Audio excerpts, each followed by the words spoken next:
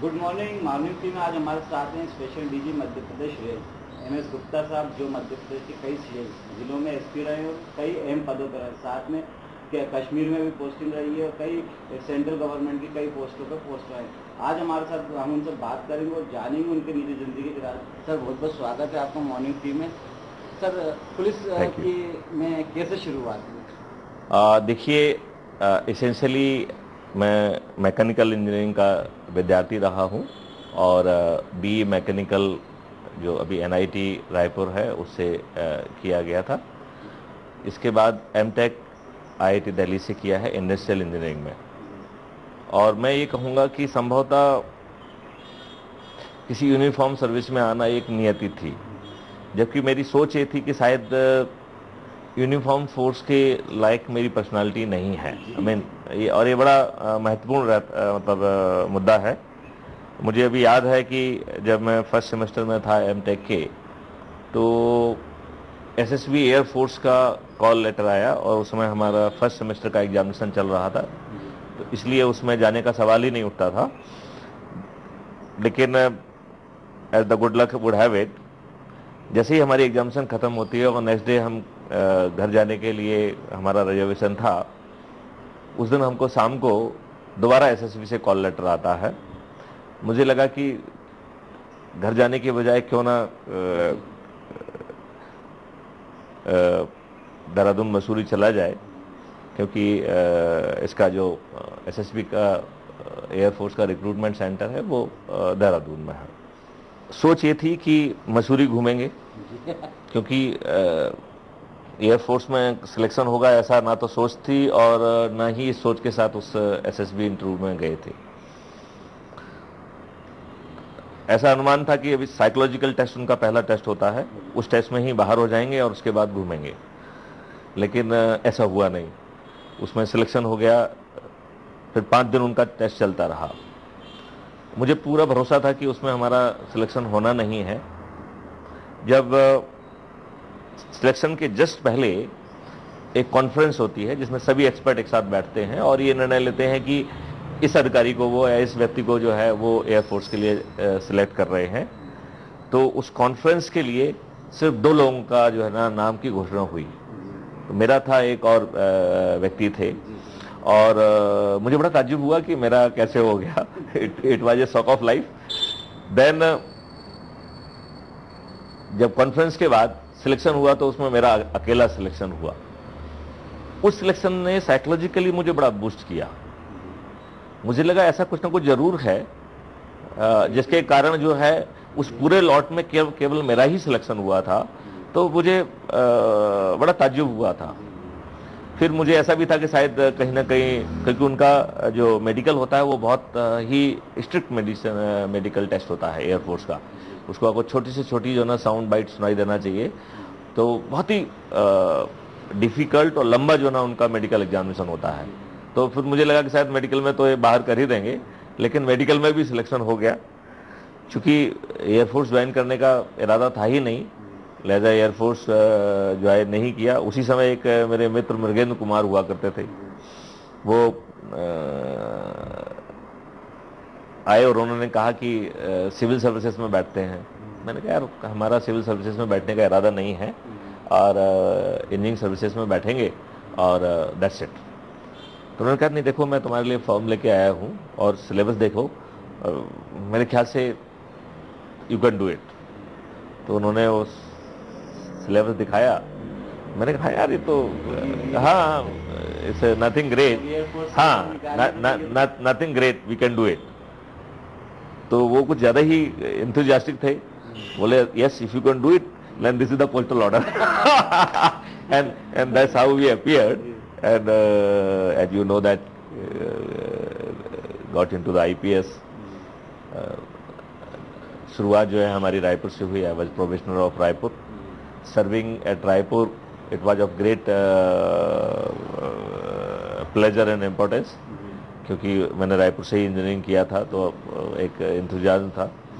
और रायपुर के बाद जो है जैसे ही हमारा प्रोबेशन ख़त्म हुआ उसके नेक्स्ट डे मुझे एडिशनल SP सिटी का जो है आदेश मिला। तो यहाँ आके नहीं एडिशनल SP सिटी भोपाल। तो एडिशनल एसपी सिटी भोपाल का तो एक बड़ा अपने आप में एक आश्चर्य भी था, एक डर भी था कि कैपिटल के एडिशनल एसपी सिटी का भार कैसे संभालेंगे। फर्स्ट पोस्टिंग नहीं, नॉट ओनली फर्स्ट पोस्टिंग, उसमें ये था कि इसके पहले कोई पुलिस एक्सपीरियंस नहीं था ना। जैसे ही ट्रेनिंग खत्म हुई तो सीएसपी या एसडीओपी ऐसा कोई प्रभार नहीं रहा, तो बिना किसी प्रभार के ही जो है directly additional SP city Bhopal बनाया गया।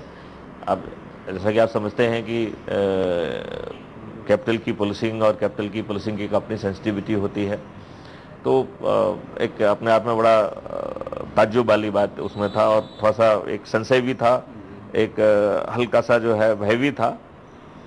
बल्कि मैं शेयर करना चाहूँगा कि जब हम ज्वाइन किए तो अधिकारियों में भी थोड़ा सा ये था कि ये नया लड़का है, अभी इसको कोई पुलिसिंग का एक्सपीरियंस नहीं है, ये संभाल पाएगा कि नहीं संभाल पाएगा। तो एक विचार ये भी बन रहा था हायरार्की में कि सर उस टाइम एसपी और डीजी कौन हुआ करते थे मध्य प्रदेश? अभी बताते हैं। डीजी उस समय जो है वो मुखर्जी साहब थे और हमारे एसपी थे मिस्टर AR पवार और डीआईजी थे mister SV Agarwal and IG साहब हुआ करते थे मिस्टर अरुण गुटू। तो एसपी डीआईजी सभी लोगों ने चर्चा की कि क्या करना चाहिए। यदि आपको याद हो तो उसमें मिस्टर दत्ता एक हुआ करते थे, वो एडिशनल एसपी रूरल हुआ करते थे। तो एक विचार ये बना कि क्यों ना दत्ता साहब को जो है शहर का चार्ज दे दिया जाए और मैथुन गुप्त को जो है देहात का चार्ज दे दिया जाए। इस समस्या को लेकर सभी लोग जो है आईजी गुट्टू साहब के यहाँ गए, वहाँ मीटिंग हुई। तो गुट्टू साहब ने जो है 2-3 क्वेश्चन पूछे और उसके बाद उस समस्या का समाधान हो गया।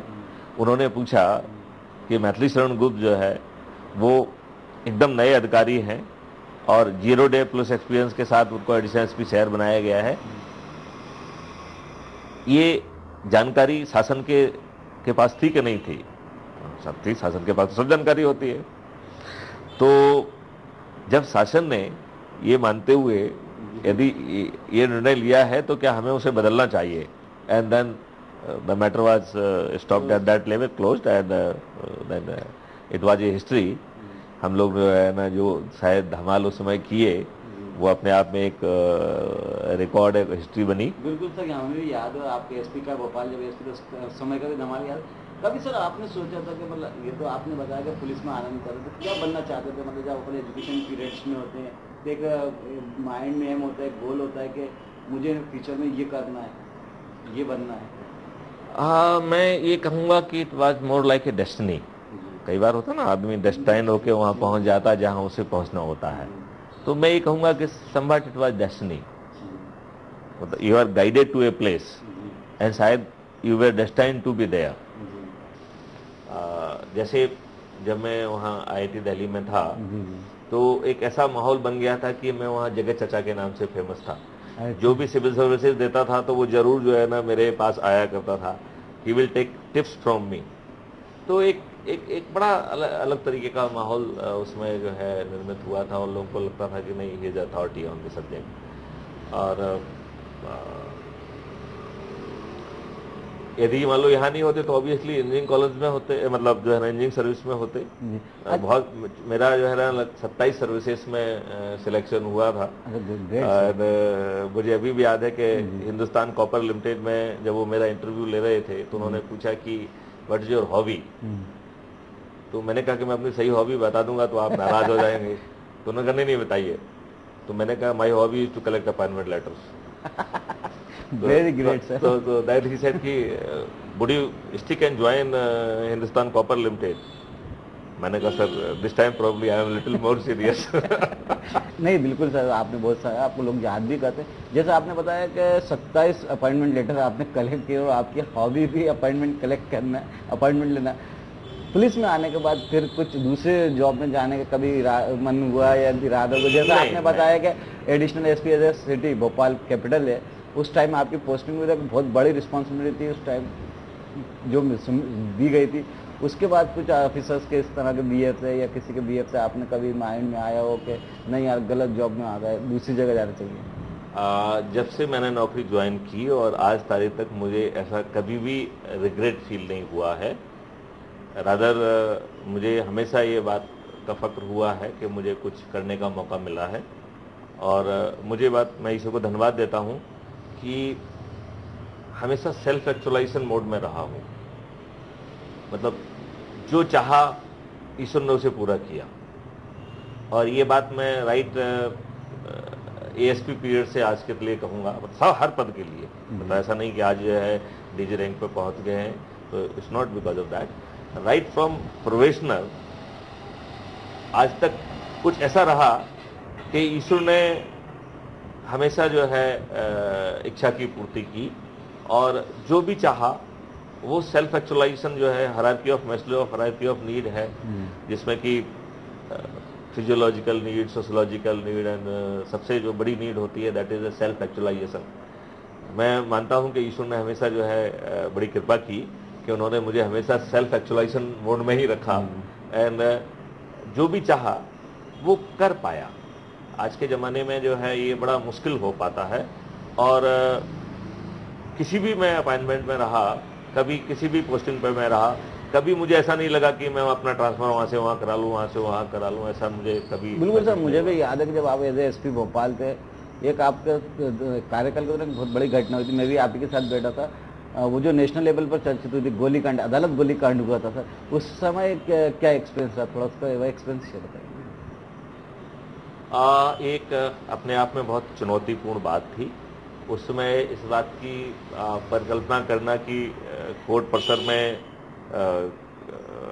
बदमाश गोली चला सकते हैं, ये परिकल्पना भी जो है ना नहीं की जाती थी, और it was a sort of A shock for a moment. लेकिन आपने देखा होगा कि इमीडिएटली जो है, चाहे वहाँ की सिक्योरिटी के संबंध में हो, एक्सेस कंट्रोल के बारे में हो, या बदमाशों को पकड़ने के बारे में हो, बहुत ही फास्ट तरीके से जो है ना उन सब बदमाशों को पकड़ा गया और प्रभावी ढंग से उनको प्रोसिक्यूट किया गया। जी सर, एक बार और चीज़ देखी जाती थी कि आप स्ट्रिक्ट ऑफिसर्स के रूप में पहचाने जाते थे। अगर आपने आदेश दे दिया, आप पे ना तो कोई पॉलिटिकल प्रेशर चलता था, लेकिन आपने जो आदेश दे दिया, आपके टाइम पर अधिकारी एक डरे और सहमे से रहते, मतलब इसलिए नहीं कि आप उनको डराते थे, या काम को लेकर बहुत सजग रहते थे। और आप अगर, और उस टाइम काफ़ी रिकवरी भी हुई थी, काफ़ी रोज़ बड़ी बड़ी घटनाएं ट्रेस हुई थी।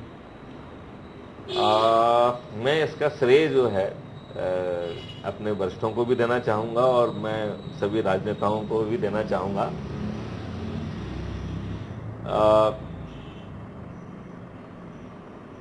एक अपने आप में बड़ी फख्र की बात है कि उन्होंने कभी, ऐसा नहीं कि हमने उनकी बात नहीं मानी हो, ऐसा कभी नहीं हुआ है, लेकिन ऐसी कभी स्थिति ही पैदा नहीं हुई कि उन्होंने कुछ कहा हो।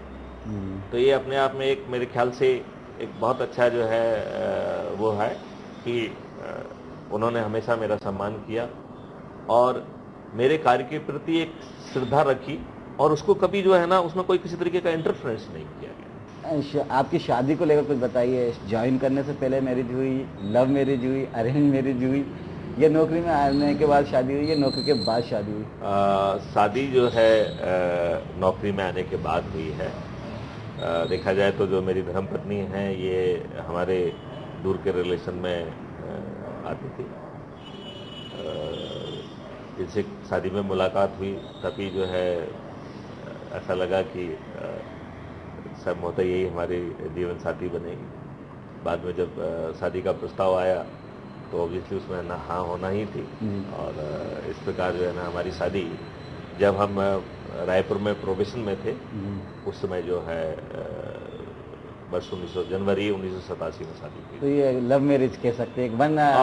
नहीं, it was arrange marriage. Love with arrange? या यू कैन से सो। कैसे चल रही है लाइफ में लव को? देखिए मैं आपको बताऊं, Mrs Gupta she is always a source of strength. मैं आज तक जो कुछ भी कर पाया मैं उसकी पूरी क्रेडिट मिसेज गुप्ता को देना चाहूँगा।